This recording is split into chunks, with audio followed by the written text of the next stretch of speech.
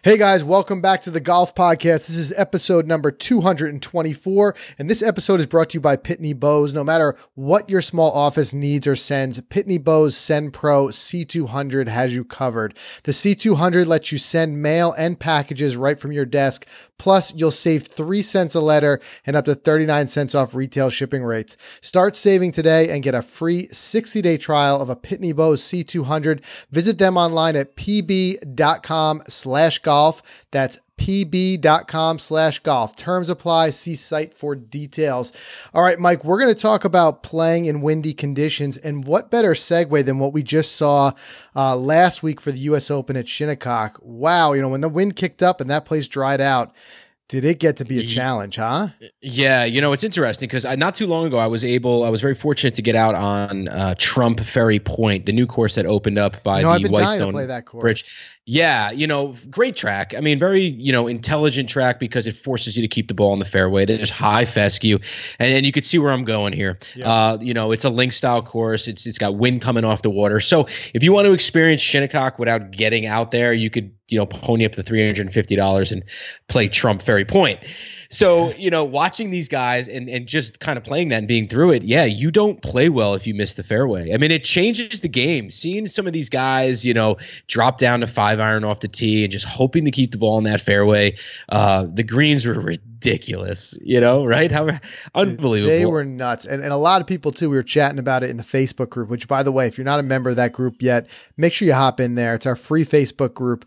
Just search the Golf Podcast or Golficity on Facebook, hop in because it's a great way to continue the conversation, especially during some of the tour events and things like that, as well as I love seeing everybody posting their pictures of the different courses that they're playing. Speaking of playing new courses, plus we're going to be, we actually just gave away a dozen Pro V1s. We're going to be doing another giveaway soon. And then really soon, we're going to be talking about our virtual tournament, which we're going to be running in a few weeks. So stay tuned for that. We are still ironing out the details. Anybody who participated in it last year knows it was a lot of fun. We had a great time with it. And the best part about it being virtual is that you can play from anywhere. You log your round wherever you'd like. So it's a way that we can kind of all, quote, get together for a tournament, but do it virtually. So it'll be a really fun thing. And if you're in the group, that's where we kind of chat about it and talk about the different rounds. So it's a lot of fun.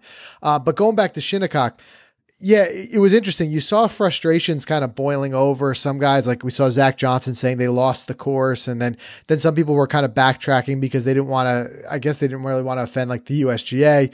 I think what you had a situation was it was already incredibly fast greens that happened to dry out with the wind and got a little bit too quick.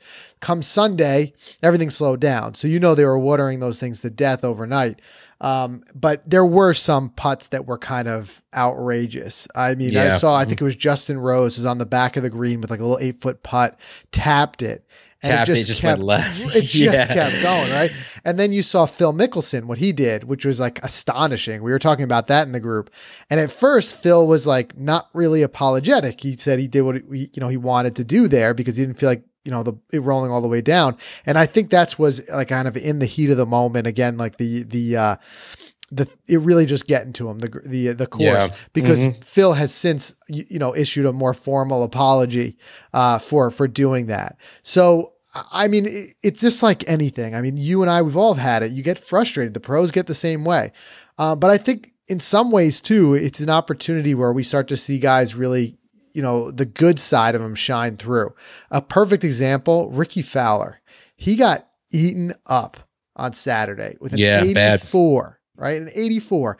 And I was really, really happy to see, and I ended up on our Golficity, I think it was on our Instagram account, I reposted it because Claude Harmon had made a good point, and he took a point in his story to video Ricky. He's there, hours after his round. It's getting dark, and he's still there signing autographs, and he's like, "This is what class looks like." Just shoot an 84. How many of us, like, it would be like you or I shooting a 115. You know what I mean? And then what we want to do, the first thing we want to do is get out of there. Like you don't take your shoes off. Cleats off. You're right. You hop in the car and drive off, And here's a guy who's like, sticking out there. And I know a lot of guys were facing a lot of criticism, a lot of heckling. So to see that in that face of adversity is I like seeing that. That's great. Can you think of a time? I mean, I'm asking you because I can easily think of a time of when frustration like this came about from playing a course that you knew going into it was too hard and it chewed you up and you just wanted to get out of there so bad. I mean, for me, it was Bethpage Black. I mean, same. Bethpage will eat you up. Now, I had fun at Bethpage, but no, I've had that for sure. Usually, in my case, it wasn't the course. It's like if just for some reason something's not clicking my game, and it's just you feel like really, you don't want to be there. Not just one particular, like, because I knew going into that it was long, and I knew going into that it was going to be driver hybrid, driver two hybrid, whatever, every day. And I remember at one point, I think it was on the back nine, after like being ridiculously exhausted from the hills and the walking, I was like, this is just not fun. It's just not. Yeah. It's just like I can't even get to a green, and I'm at a greenside bunker every time, and I'm up on the green in 6 or 7. I go, this is just not fun for me. I have a feeling that this is what these guys were saying all week. It's crazy. I think the closest I ever had to that was when we played wow, now all of a sudden it's Pound Ridge last week. No, I'm kidding. No. Played pretty well. You actually played well. When we were playing, it was that really windy day, cold at Ballyowen. Yep. And I think the only thing that the saving grace is that I love that track so much that even in a terrible day like that, I still had fun. But you remember it was like blistery cold and like the wind was whipping. Speak of the devil, yeah. And all the fescue, and it was the same type of situation. You'd hit a good shot. I think that's when it's frustrating. You feel like you hit a good shot, and it just keeps carrying. It ends up somewhere in the deep fescue, and now you're looking for it. Is it a lost ball? Is it not? And then, I mean, that's going to play really well into what we're going to talk about today about the windy conditions. But I think that's the closest thing I've had. Yeah, that's fine. I remember that day. I remember we were hitting what should have been like 9 irons into par 3s. We were taking like 7 irons into the wind over the water at Ballyowen, and we were just trying to fight it. It's not fun. Playing in the wind is not fun. I'll take drizzle. I'll take a little cold, but you give me no wind, I'm fine. Hey, speaking of lost balls, I know I'm switching gears here, but did you see that story about the kid who went into the animal hole to get the ball out for his father? No, he was caddying. Oh, no. This is just on Golficity today. Kind of a crazy situation. Let me just see if I can pull that up. So what happened was this kid, he's caddying for his father, Michael Block. He just missed the cut for the U.S. Open. He's a PGA professional, so he flies out to California to play in the PGA Professional Championships. Hopefully, he wanted to qualify for the PGA Championship later in the year. So he's got his son, his 13-year-old son is caddying for him, and he hits this ball. They can't find it anywhere, and then his son noticed that right by a tree there's this deep animal like hole that some animal had dug. And he gets out his flashlight from his cell phone, and he sees it like down in there. But then this kid had the guts to just reach his arm down in there and grab this thing. Ended up saving his father from, the penalty stroke. He was able to, take a drop there. I guess because if it was truly a lost ball, he's got to return to where he hit it from and hit it again. So that's a stroke. That's a stroke. But you're allowed distance. to do. It's a free drop in that. Now situation? Here's the thing that I don't know the exact situation. Okay. I'm sure like Richard, Todd will our unofficial rules guy will chime in on this when he hears it in the Facebook group. But I think because it was an animal hole, he might have gotten relief from it. So I don't know exactly what the ruling was there, but according to the story, he was, and then he made birdie. According to the story, he was able to get relief without a penalty stroke. He took a drop and then he put it on the green and made birdie. And he said, if it wasn't for his son, he would have been driving home that day, but he was able to move on. So that's so cool. Yeah. He was a tie for third place with a 66 after that. But I saw that and I'm like, whoa. That's wild. Hey, man, Dad owes you one. He does. If you're listening, he owes you one. That's great. That was a cool one. Another thing I wanted to report back. We talk a little bit about the state of our game. We try to talk about that on each episode, right? Right. Good news that I have is, if you remember, I talked about this a couple episodes ago. I said that I was about 10 strokes off of where I wanted to be. I said my game in general is there. And I said the hard part is kind of making that transition after these long winters. And it takes me a while. And I was kind of lamenting on the idea that, it takes me the first month or two in the year to get my game back to where it wants to be. And then by like August, September, I feel like I'm firing on all cylinders again. And I'm starting to get some, working past like getting back to where I was and then start improving, and then I got to put the clubs away again. And a couple people who had heard that had mentioned in the podcast group would be like, the simulators and things like that, 100%, we try to get in the simulator as much as we can to keep the swing. I think a big thing for me is I feel like feel is something that I can't do in a simulator. We always say about like, it tells you the yardage, but it's not the same as feeling that short game. And I feel like that's right now where I'm struggling. So, and that's, we're going to do an episode soon on working on feel. But the good news is I feel like I am working my way back. So we had said that I was about 10 strokes off where I would normally be. My goal, usually I like to shoot in the mid to low 80s and knock on the door at breaking 80, right? That's where my game is at. Talk about being in anywhere between a 10 and a 12 handicap at ranging. The first couple rounds of the season, I'm up around 95, 96. So I feel like I'm about 10 strokes off. But I am moving in the right direction. So I've played 2 rounds since the last time we spoke on the podcast. Pound Ridge, I ended up shooting a 92. We played match play. You beat me. That was in dramatic fashion for anybody who saw the video at the end with the hat toss, which was excellent. But I'll tell you what, a 92 on that track to me is probably breaking 90 anywhere else. Incredibly difficult track. Lots of penalties in that score.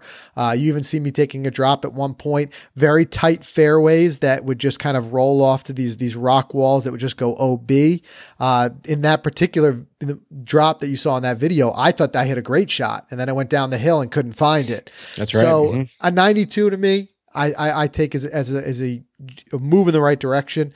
Then I played last weekend back at my regular track, West Hills, and I shot an 88. So I'm moving back in the right direction. I felt like things were starting to click, especially around the greens. I'm getting that feel back. I made a few putts. I made one long birdie putt, my first birdie back of the year. And I just feel like it's moving in the right direction. So I'm hoping just to keep doing that. I've been really, really concentrating on that feel. Oh, and the other thing was this. I've been back and forth talking about the AVX and the Tour Soft, right?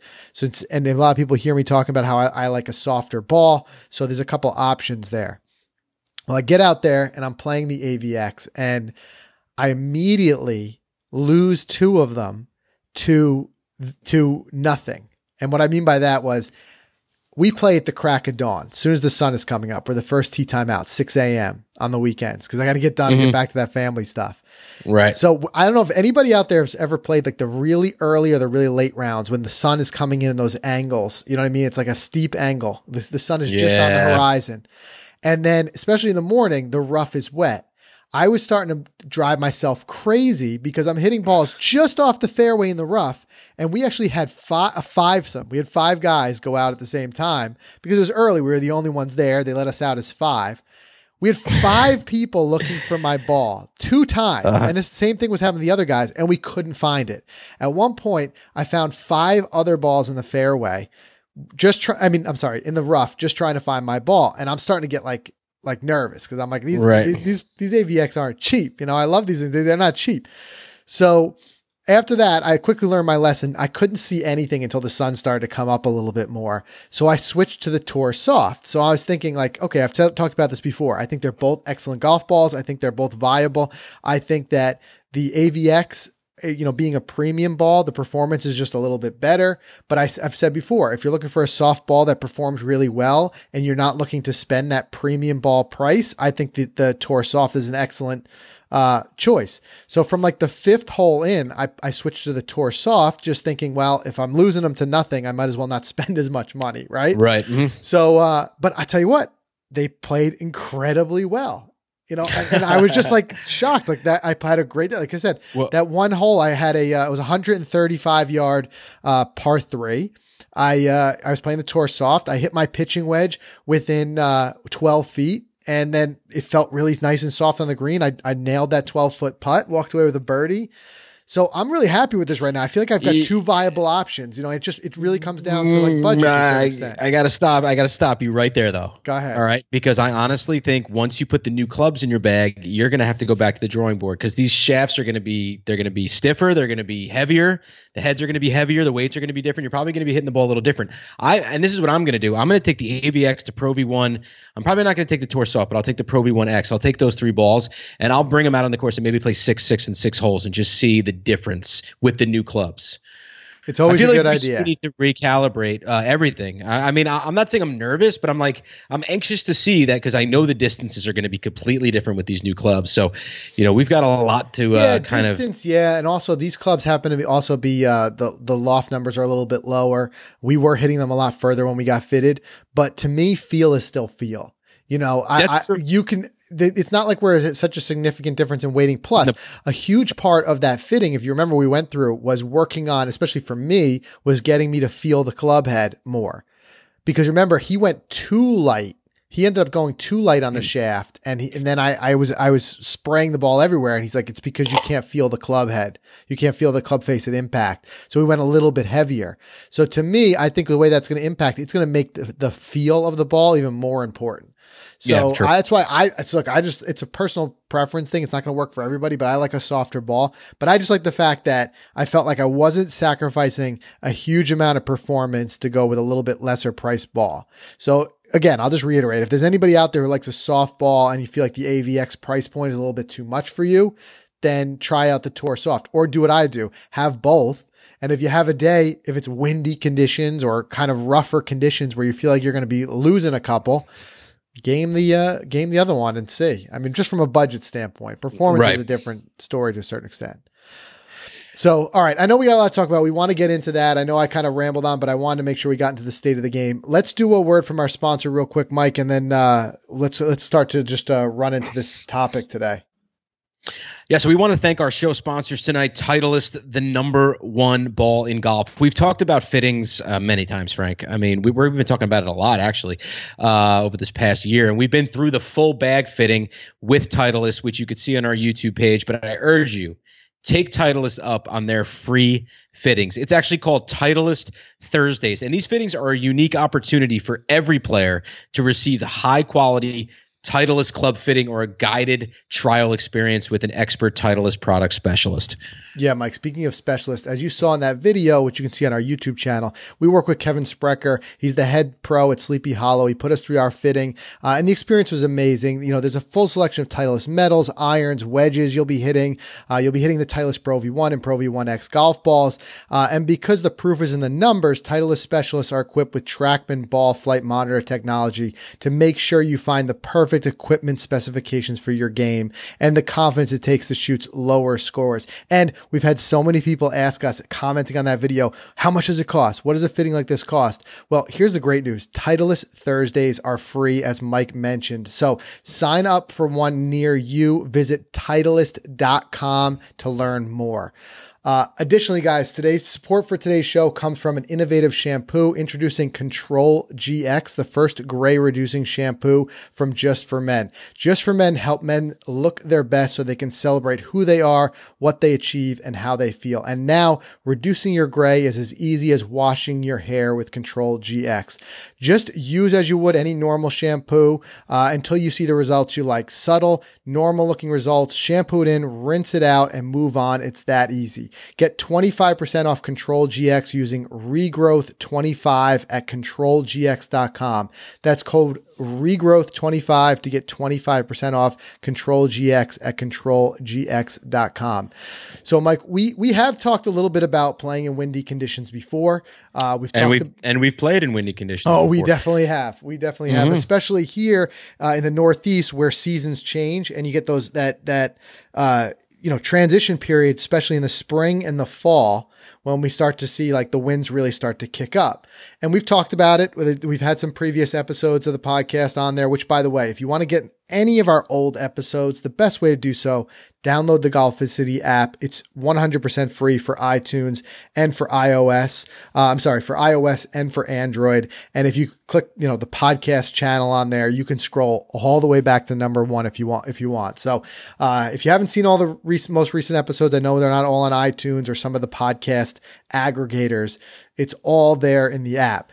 But anyway, I wanted to revisit this one because we actually had a great article come in from one of our writers, Eric Peyton. Shout out to Eric for this excellent advice. And when I read it, I said, Mike, let's talk about this on the podcast because although we've talked about different things, I think he brings up some really solid points. And he specifically talks about 6 tips that he has for playing in windy conditions. And what he says when he right at the start of the article is something that I think echoes the sentiment you said, Mike. He said, wind can be exhausting, Mm-hmm. and that's so true. It almost feels like a boxer going 15 rounds sometimes because you're fighting it all day.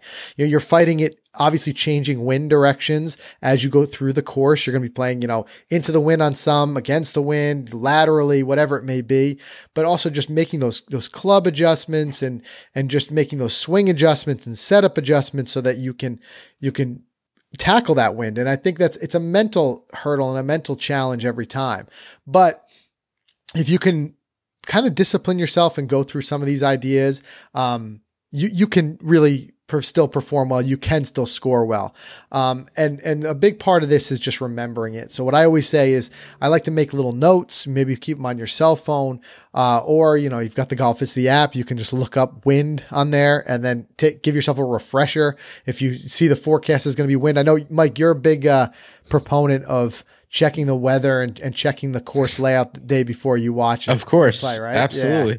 I know that's a thing of yours. Yeah. You got to know going into it. I like to mentally prepare. I'm not as crazy as, reading through yardage books and things like that, unless it's a big event. Like I studied the one for Bay Hill, but other than that, yeah, weather's big, man. I like to check and I like to send you, and especially when it's going to be 85 and sunny, I usually try to send those to you to fire you up.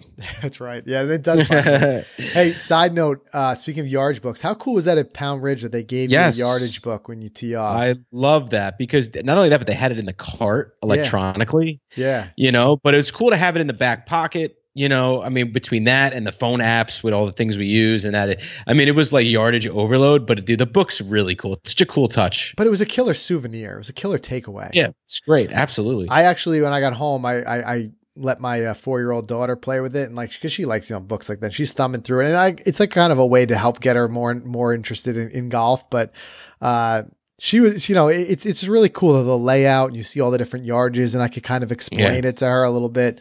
So that was a really cool takeaway. But anyway, let's jump back into it because we got 6 things to cover here. The first thing that Eric notes is he has this idea that swinging easy, and it's a cliche, but we hear it a lot. It's when it's breezy, swing easy. But what that does is it really means resist that urge to swing harder just because you're hitting into the wind. And this is going to be something that's going to be a common thread in a couple different parts here. And remember, there's a lot of things that happens when you overswing. You could talk about going off balance and things like that. But it also, when you swing harder, you also increase your spin rate, which will either cause that ball to elevate too much or dramatically curve too much in the direction of the wind. So remember, if you start to try to muscle it through the wind, you're gonna get exhausted, as we talk about. You're gonna be fighting it, and there's this idea of working smart versus working hard. I think that's what comes into here.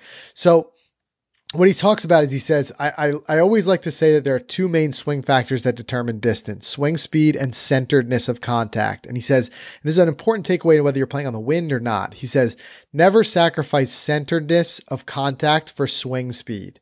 And it's so true.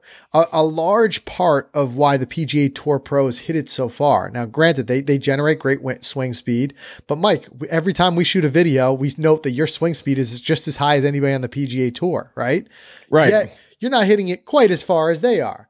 And a big part of the reason is that they're able to so effectively transfer that power. And that's that centeredness. Now, I'm not talking about a huge amount. You're still transferring it pretty darn well. We saw that 300-yard drive, right? on that video with Kevin Sprecher. But what I mean you make is, a good point. Why can't I do that?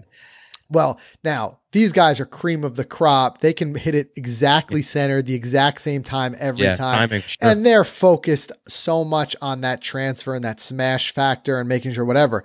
But I think there's a bigger point here. The bigger point is if you can focus more on that centered contact with the sweet spot, rather than trying to overforce it, you're actually going to be surprised that you don't lose that much distance. So what he talks about is try to swing with that 80 to 85% of intensity instead of 100%. And you're going to have a better chance of hitting that center of the face, as well as you're going to have a little bit less spin. You're going to have a little bit less to fight with the wind. Now, club selection, he says, obviously would be the next point. Because you're swinging easier, you're going to have to club up a little bit. But what he says here is I'd much rather see people hit more club and swing easy than try to hit their normal club really hard.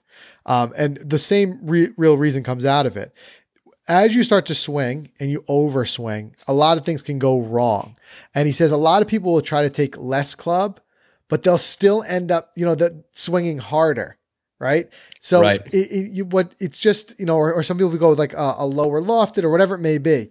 But when you get into that, it's a very tempting thing to happen. But what's going to happen is you're going to come off balance. And we did an entire episode on this. And that's his third point. He says, make sure you maintain your balance through the entire swing. A strong wind will magnify any balance issues you have. I've been really working on this a lot, balance, constantly feeling like I'm working on it. You see a lot of teaching pros working on it now with like the force plates and things like that you can do. A lot of guys are having people like practice taking some swings like, barefoot, really starting to feel that balance. But it is really so important. If you start to overswing it, if you start to try to like fight that wind too much, balance is going to be one of the first things to go. I mean, it makes sense, sure. Right? Yeah, no, you're absolutely right. I love the whole barefoot idea. Have you ever tried that? I haven't tried it. I actually saw the other day on Instagram. If you remember, we had Two Side Golf, Colin on the show, and I saw him. He's a teaching. I feel like pro. He's always barefoot. Right. I saw him doing it on the putting surface. And because he's just getting used to feeling it. And that's a big part of what that aim point, when you see the guys with the 1 and 2 finger. Right. Sure. That's a large part of that, is that you see them feeling with their feet. So I think you can get a lot more to it by being able to feel it. It's a good thing to try. Maybe we'll do an episode on that. We'll just vlog a whole round barefoot and see what happens. Yeah.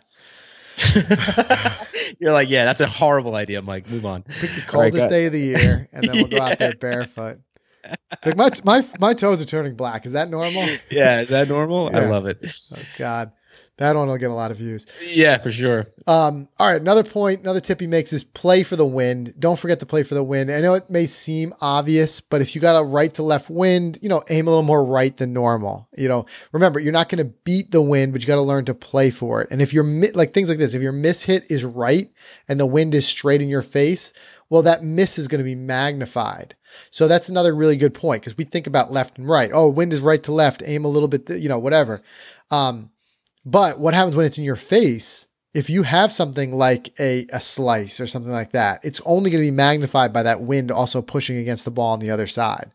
So you want to make sure you're mindful of it. Make sure you're making those proper adjustments and just knowing that that's going to happen. Another thing too, ball position. We've done an entire episode on ball position. But here, if you want to make sure that what's that, Mike? Back in the stance, right? Well, that's what a lot of people say. Try putting it back in the stance, because. Oh, wait, am I wrong? Okay, no, it's true. It's true. It's because of the fact that as you move that ball back in the stance, the ball's going to come out lower.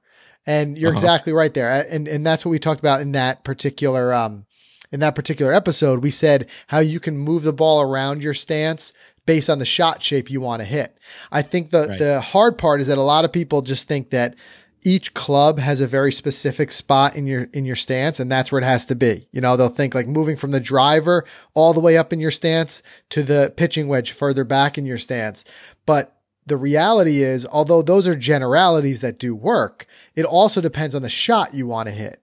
So if you want to hit that lower shot, which is be the smarter play in the stiffer wind, just moving it back, even just an inch further, and you'll find that ball comes out lower. But before you go making an adjustment like that, if you're not someone who's used to doing it, practice it. Practice it on the range. Practice it when there's no wind, rather than just going after it. Because I'm a type of person, I tend to, when I miss, I shallow out at the wrong point.